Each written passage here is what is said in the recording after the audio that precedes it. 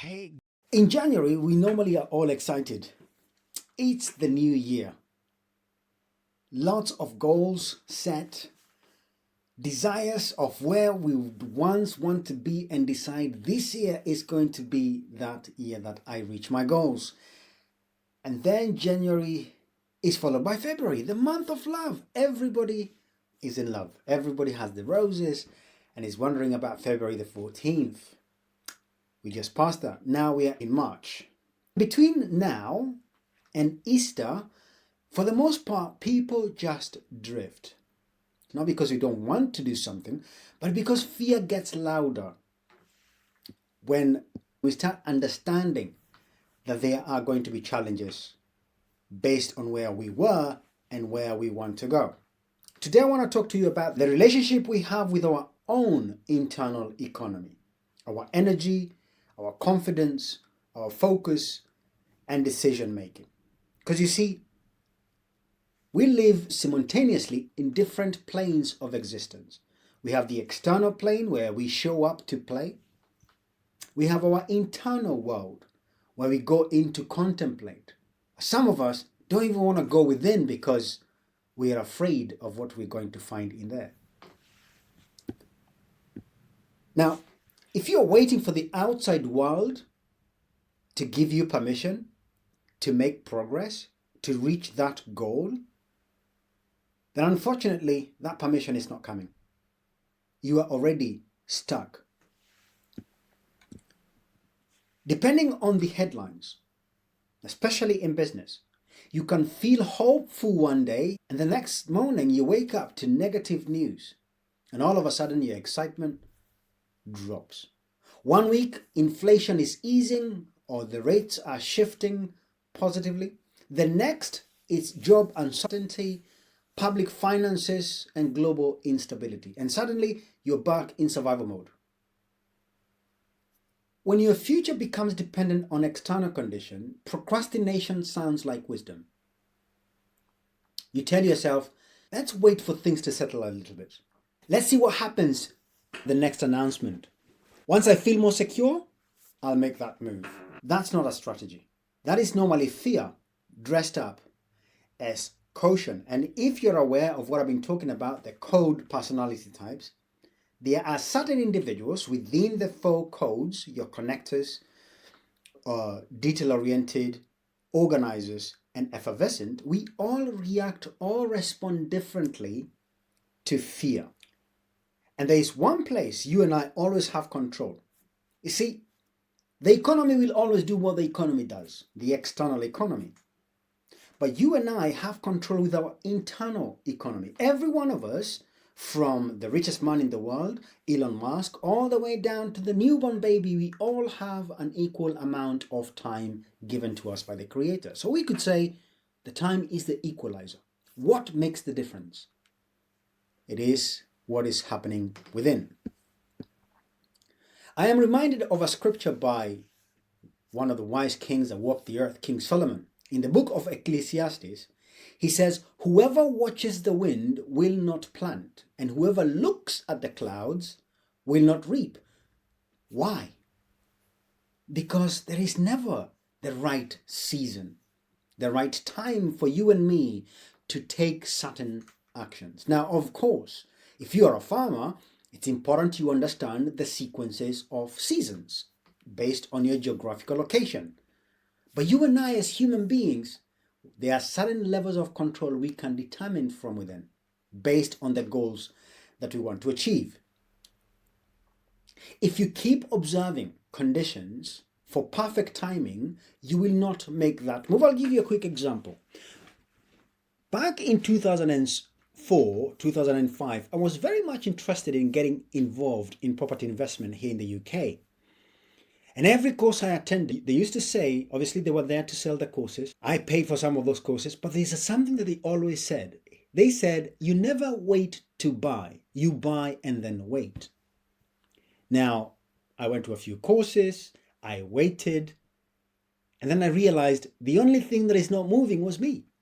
So in 2007, I decided to make my move and I ventured into real estate. And I bought and things went really badly. and I was shaking and I was stressed. And I waited. I did the work. I paid the price and I held on. Move forward 2010, 2012, things began to seriously shift. And I realized, had I not taken action then, I would not have gone through the deep curve of fear. We're going to be talking about the terror barrier today. We're going to be talking about your conscious and subconscious mind. But I went on and I pushed through the terror barrier and I took action. The lesson from that I gained was this. If I had waited then to make a decision, I would still be waiting today. And probably there's someone that you know, maybe yourself, that there is a decision that you know is really good for you, but you've always been waiting for the outside signals to tell you to make a move. Well, all the research that you've done tells you you can't make a move. What stops you? Welcome back to the Aware Goal Setting series on the EG Success Mindset podcast, a space created to help you understand yourself so you can make better decisions and improve or multiply your results, especially if you're a business owner or a team leader. Why not learn how to build momentum consistently? My name is Ernest Gikuma, and we are in part 3 of the 90-day shift, identity shift. Week 1, in my previous episodes, I talked about alignment, choosing your type C goal. In week 2, we continue with alignment and we talked about values, anchoring your values in your intrinsic motivation, i.e. we asked, why do you want what you want? Today, we are talking about awareness. Why fear shows up the moment growth begins to feel real. Have you ever been prepared, let's say, for example, for an audition or an interview? You've done everything, you know you're perfect for the job, and all of a sudden, the day of the interview or the previous night, terror shows up. It's almost like all the demons of fear decided to come and gang up against you. And you feel frozen, you feel frightened. We're going to look at that today. So you already know what it is you desire. You already know the thing that you'd really want to do, no matter how big it is. In fact, the bigger, the better. And desire matters. In fact, Napoleon Hill said in Think and Grow Rich, desire is the starting point of all achievement. If you go back in history and look at all the individuals that our history demarcates or history remembers of having done great things, they all started with desire. So what holds us back? What holds you and I back? Is it intelligence? I don't think so. I think you're intelligent enough. Is it effort? Well, we could say, you didn't take the action, but the reason is, why not take the action? Is it the capacity? You see, you already have the capacity you require. And it might mean that you may need to increase your capacity, but you know you have what it takes in the meantime to take action. It comes down to this one word, conditioning. Now, we could go into the psychology of conditioning, and we talk about environmental conditioning, and we talk about biological conditioning or genetic conditioning. But today we're just going to focus on that word in terms of your goals. Your system is trying to keep you safe. Let me ask you a question, just to illustrate. Would you rather risk losing $100 or saving $100? If you knew that whatever you're about to do, you were almost guaranteed to lose it, what would you do? You would save.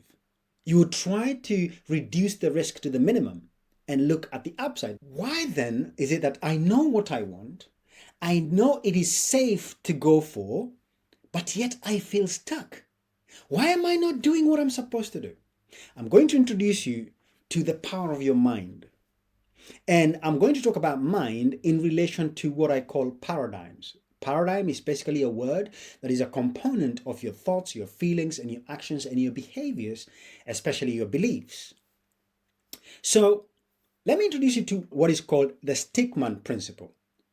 Back in the 1900s, a doctor called Dr. Truman Fleet, who was a physiotherapist, decided if someone is going to be healed, they must be treated both mind and body.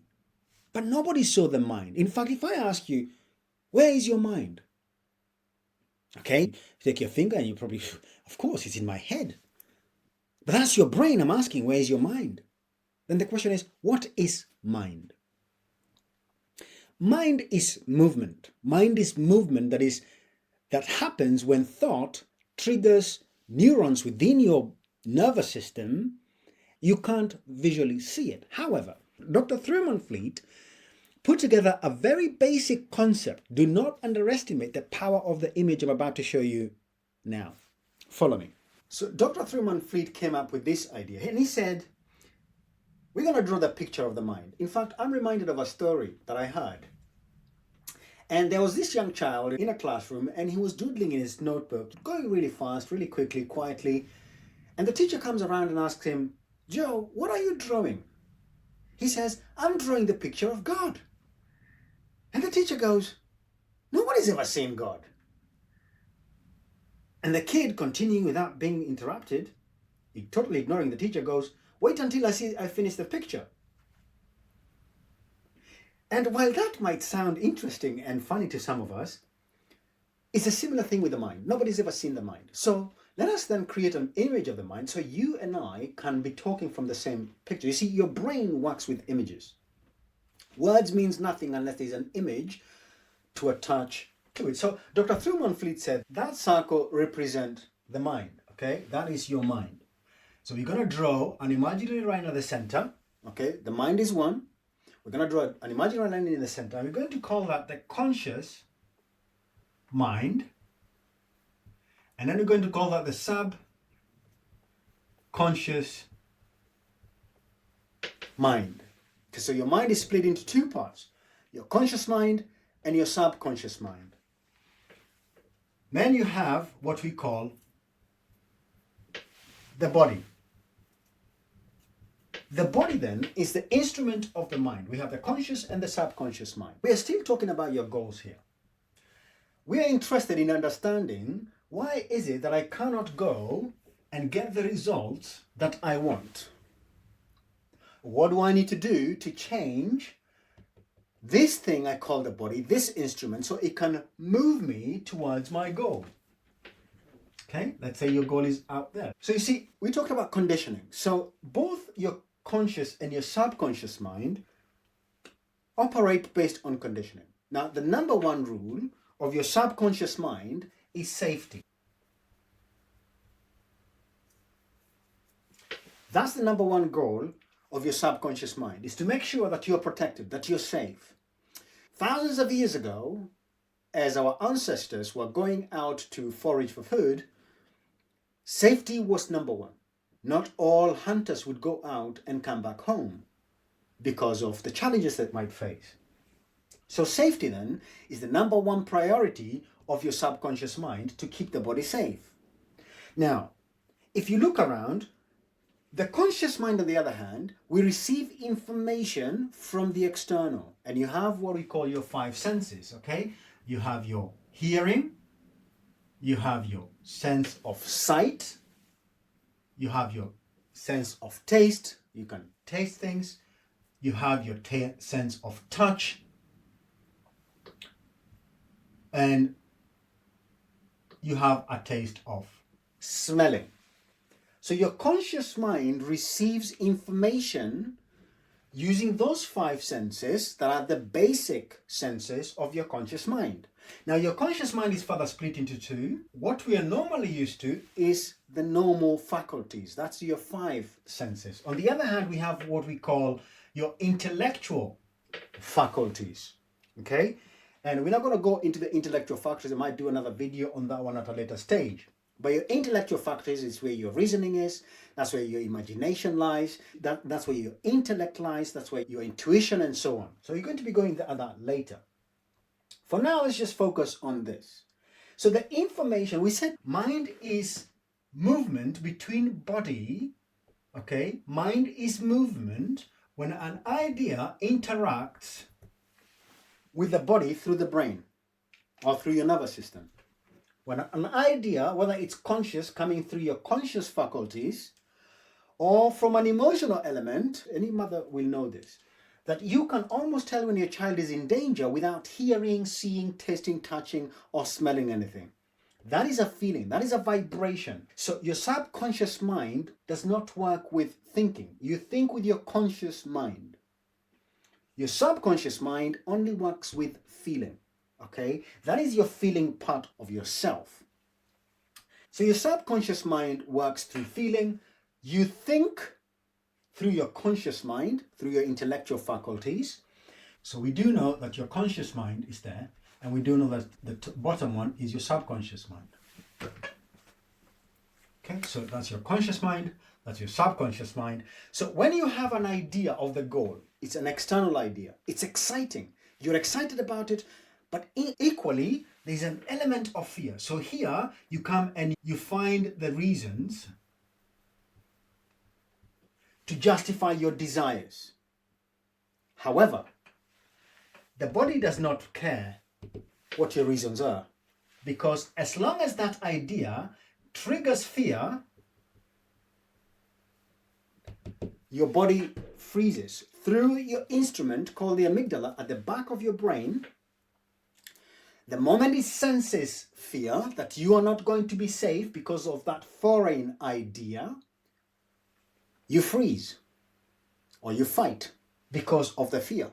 So most of us don't go for the idea that we desire, not because we don't have what it takes up here. We do know that we've done the studies. We do know that we've done the exercises, but yet we are terrified, and therefore we don't take action. So because now we have taken negative action, we get negative results, and that feeds back again into the idea. We decide we're going to shoot for the highest star. We try. Our paradigm reacts. Our conditioning fights against us. The body is a feeling instrument, gives back the negative feeling, and decides it's too hard. And we go back to repeating our good old behavior. So as you've seen in the illustration, the conscious mind and the subconscious mind drive the body, but primarily the subconscious mind, the feelings. You see, this is a saying that I was actually sharing with my son, and I share with my clients, and I tell them, look, we always make decisions emotionally. It doesn't matter how clever we think we are. Every emotion you've ever made that has caused you to do or not do something, it is emotional. And then we look for every logical reason and we justify. So you make your decision based on your subconscious conditioning. This is subconscious, it's not something you're catching in your head. Subconscious conditioning, and then you justify that reason with every single fiber of your being, because safety is subconscious number one goal. So what happens then? We have a goal, it's exciting, we are not conditioned for it, we're not prepared for it, we have not prepared the subconscious mind for it. It rejects the idea, we feel afraid, and once we feel afraid, and you might realize this, we procrastinate, we hesitate, we overthink, we become distracted, we start to resort to comfortable habits, we go back to safety, and then you decide, you know what, I'll just go back to the thing that I know. You know, as the old saying goes, better the devil you know than the angel you don't know. That is what my mentor called a terror barrier. So again, a paradigm is a collection of habits, thoughts, and emotional responses and behaviors stored in your subconscious mind. And we say the subconscious mind does not think. It only responds by feeling. And that's where your beliefs are. That is why it's so important for you to realize that the thing that you want to go and get, if you don't change your beliefs, if you don't understand your values, you're not going to get it. That's not bad news. That's good news. It brings an awareness level where you can begin to think, no wonder so-and-so couldn't do it. No wonder I couldn't do it. But now you have some information. You can start somewhere smarter. See, your subconscious mind loves repetition, and the repetition that is guaranteed safety. Hence, you may again be aware of this statement, the rich get richer and the poor get poorer. That is not a statement of slight. It is an affirmation of that which you are trained to be. So those who have know and feel the safety of having. Those who don't have already are aware of how it feels not to have. So it's easier to justify against the other person because of my lack of knowledge or understanding. So the terror barrier is that thing that stops us. We don't really know what it is. We really want to move forward, but we can't. But I know where I want to go, but I don't really know why I'm not doing it. How do you move past the terror barrier? Now, it's taken you a long time to get to become who you are today. It's taken years of conditioning. In fact, when your mother and your father got together, a cell from your mom, a cell from your dad, they got together and voila, about 9 months later, you showed up. There was already 50% of conditioning, genetic material conditioning from your mom, 50% from your father, and they came together. Now they completed one and you became a person, and today you're here living, breathing, thinking. But you're still a makeup of your parents, and they are a makeup of their parents. And you can go all the way back to the day that God said, let us make man in our own image and our own likeness. But we're not going to go down all that way because we know where we are and we know where we want to go. So the question is, how do we push through the terror barrier? Well, I'm going to give you tools that you can begin to use immediately, right now, to begin to shift your terror barriers, to begin to move yourself towards the thing that you desire, but yet you're terrified. Your body is terrified to moving towards it. One is physiological. You've got to learn to move your body. You see, all the subconscious conditioning, they are stored within your body, from your head to your toes, in your cells. All the cells know.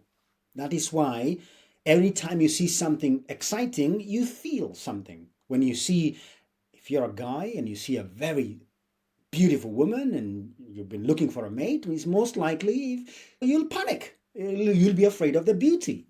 And if you're a girl and you see a handsome person, you'll feel excited. Why? Because your body is responding chemically.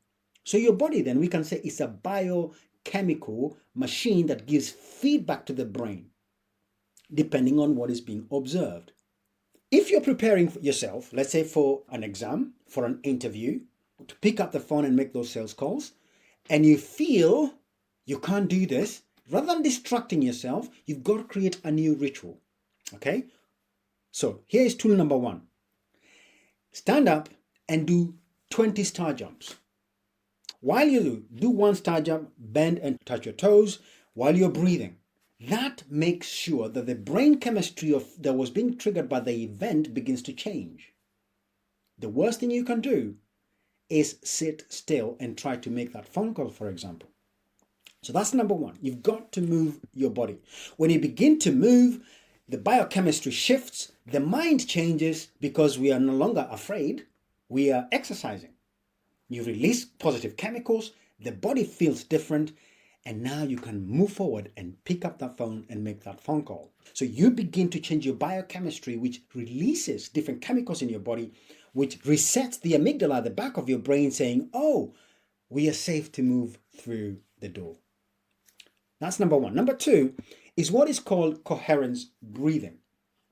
The other day I was talking to a friend of mine and she said, why is everybody talking about breathing classes and breath control and breath work and so on? We were born breathing. Correct. But we were born eating too. And some of us are killing ourselves with food. Fair enough. Breathing, then, it is a natural mechanism. You breathe to survive. But you breathe to survive, but you can also breathe to grow. So the breath control I'm about to talk to you about is how you recalibrate. Again, it's all about the biological chemicals. When you breathe through your nose, so you breathe in for 6, hold for 2, 3, or 4, and then breathe out slowly with your mouth for, let's say, another 6 seconds. There's various methods that you can use. Now, if you go to this website called heartmath.com, this organization has been doing research for tens of years. They have the best science that shows you the biology of how your breath influences your heart, influences the brain and the mind, and how that resets your stress chemicals in your body. So, again, breathe in with your nose, hold it, and out through your mouth. And while you're breathing in, you can do one of two things. You can count in 6, hold, and count out 6. Now, at the beginning, this might sound as if nothing is happening. But if I hooked you up to a machine that I sometimes use with my clients, you will see the difference. We calibrate your brain and your heartbeat, because the moment your heart begins to settle down, it releases signals to the brain saying there is no risk of death. We don't have to be afraid. We don't have to run away. We are safe to move forward. So, number one, we talked about your physiology. Do something with your body. Move around. You're going to feel a difference. Then step forward into the terror barrier or through the challenge. Option number 2, take a breath. Have an idea of what you desire, either out of the meeting or go back into your mind and remember a place that was calm and serene, somewhere that is your safe place. And escape right there with your eyes closed. Breathe in for 6, go to that place and allow the oxygen to do what it does. The mind is focusing on peace and calmness. The biochemistry is doing its thing. You're breathing for about 3 or 4, 5 times. When you wake up, when you open your eyes, your biochemistry, your body will be feeling different. And then you can move on and take the next step. And finally, tool number 3, and this is controlled discomfort. Now, he's called the Iceman. His name is Wim Hof. If you look him up, Wim Hof has proven that you and I have the capacity to influence directly our immune system. Years back, science said it's not possible. Now, if you and I then can control our automatic, or what we call the autonomic level of our bodies, you therefore can overcome the stressor or the stresses within your body by resetting through using this exercise. Take a bowl of extremely cold water with ice cubes. Take a breath in. Stick your head inside, just your face, and in your head count to 8 seconds. Okay, and if you can't do 8 seconds immediately, bring your face out and try and get to about 10 seconds. The moment that your face hits cold water, the entire nervous system responds to a different kind of threat. And because you're doing it consciously, it starts to learn that you are not being threatened. You are safe. And after that, now, if you're afraid of water or foreboding and you have any PTSD, do not attempt this. It is not safe for you to do that. Stick with your physiology or your breathing.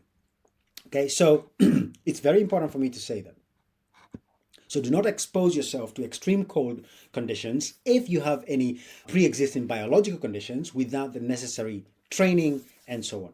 Now, so there you have 3 tools that can help you begin to instantly recalibrate your biochemistry, because at the end of the day, your body is trained to stay safe. The moment you'd cry as a baby, your parents would rush, your mom at least would rush to go and take care of you. So we are conditioned to always go for safety. We've talked about the terror barrier, we've talked about paradigms, we've talked about subconscious conditioning. Now, I've always been telling you about CODE, C-O-D-E, the 4 personality types that each of us have. We all react differently to our terror barriers, or to fear for that matter. Fear is a universal feeling. It's the innate sense of safety. A baby can be afraid. Every creature that lives knows there is danger lurking. So it is a universal language, but we all respond or react differently to fear. And to give you a quick example, for those who are trained in the military, depending on the ranking, depending on the level of risk, they are all trained to respond to fear differently. Some of them will hear a bullet, then they won't flinch. In fact, they get excited. Where is that noise coming from? For those of us who are not trained, you hear a bullet and you take cover. Not because you are interested in where it's coming from, it's because you're afraid of death. So you can see the level of training. So using our CODE personality, fear feels as if it's rejection for connectors.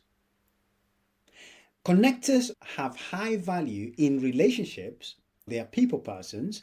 They fear being judged. They fear upsetting people, losing connection with others, or being misunderstood. Now, I am a big, hearty person. I love people. But it's always this idea of, oh, I wonder what they're going to think about me and so on. That is the way connectors respond. Growth for connectors means choosing impact over approval. You've got to get to a level as a connector where you decide it is much better for me to reach there than to be accepted down here. Because I tell you what, every time you set a goal, automatically you have decided to move from one level of awareness to another level of awareness. It's not going to be easy. You will face terror barriers. And your comfort zone includes those people who love and care for you. They will also want to keep you safe. So they will try and stop you from moving forward. So you've got to decide, as a connector especially, are you going to choose to stay safe, or are you going to decide to go out and discover a new land of safety? What about my organizers? Organizers dread instability. They dread chaos, disruption, last-minute changes, and uncertainty in their plan. Okay, growth then means trusting routine, not perfect certainty. Right, so if, for example, the law has changed, here in the UK, the government is continuously extending its arm to reach deeper and deeper into our pockets, business people's pockets. For an organizer who was responsible for budgeting, that creates chaos. Oh, now the law has changed. Now we have to pay more. Now, and you panic. Remember this. If you look back in history, that has always happened. The governments, sometimes they will come in and change the laws and want to take more. We're in the UK, things might change for the worse, who knows? But also policies change where they decide to create better business relief. But based on where you are, realize that your plan needs to be shockproof, because you know at the end of the day you're moving forward and you can trust your routines, not the perfect certainty. You need both certainty and uncertainty. What about our detail-oriented individuals? These are our techies, and they dread being wrong, okay? Because data accuracy is one of their highest values. So they fear saying things that are wrong, they fear making mistakes, looking incompetent, and acting without enough data. So their fear moment is, okay, I need to go and reach that goal, but I don't have this, I don't know this, and I don't know the other. Well, you might find yourself in that place.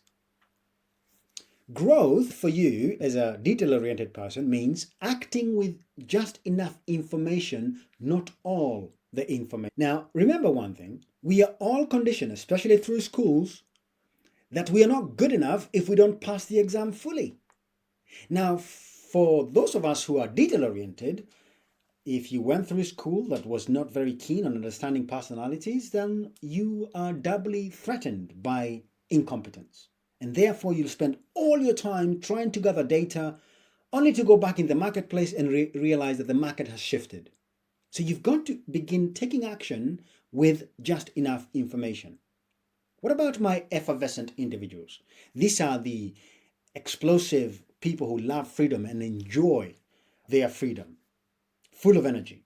They fear boredom and commitment. So if your language goes, oh, I'm bored, or you have a child who keeps saying they are bored, that is an indication they are effervescent. Now, they fear being trapped, they fear losing freedom, they fear boredom and long timelines. I have worked with clients, I have friends and colleagues who, some of them, especially the effervescent people, say, I don't understand why people have 5-year game plans. It's too far away. Luckily enough, they happen to work for people who are detail-oriented and understand people enough to be able to keep them excited. So if you're an effervescent person, your growth plan then means staying present after the excitement fades. That's why you have to create a goal or a vision that pulls you forward, and then break it down so that you can chunk it to a level where you are taking certain actions and you're recalibrating every so often. So we all are going to be exposed to similar environments depending on where you are. Bad news here and there, high levels of uncertainty. But your subconscious mind reacts differently depending on your code personality type. That is why I invite you, go and take your personality type test. Go to mycodeprofile.com and take your assessment.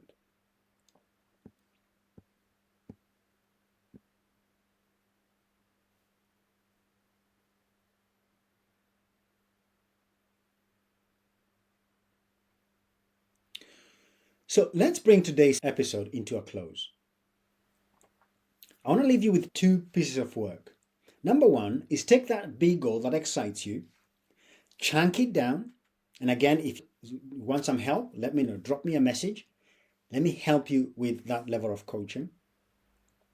Take that big idea, 3-year game plan, 5-year game plan. Let's bring it down to the place where you know the actions you need to take based on where you want to go. If you did not listen to episode number 2, it gives you an idea of how you can break it down. Then number 2 is using your daily coherence. Now, this is so important, especially if you're in any level of leadership. Because remember, the crowds, people always have an expectation from you as a leader. And especially in these times where AI is threatening taking over jobs. Everyone is afraid. In fact, even those who are wearing smart suits and they speak confidently, they are not so sure what's going to happen. But they understand people are looking up to them. So therefore, coherence, learning how to connect, how to center yourself, the breath, through breath, allowing the brain to reset, allowing the heart and the mind to come together and align is so important. If you learn how to breathe well, I can guarantee you that 2026 will be a very different year for you and those who are around you, be it your family or your business. In our next episode, we're going to be looking at the third letter, which is action. For now, the least you could do is take action based on what we just discussed. Learn to breathe, learn to move your body, take a bucket of ice water, stick your face in it, count up to wait for about 8-10 seconds. Learn to reset your body. Begin to condition your subconscious mind and remind yourself that you're safe to take action towards your goal. Until next time, God bless you. Have fun. May I remind you, if you like the content that I've created, why don't you subscribe? Share it with someone that you know, have a discussion, ask questions and comment, and like the video. This way, I can continue. The algorithms will know that you like the content that I'm creating, and therefore, it will help me out. Thank you so much. God bless. See you next time.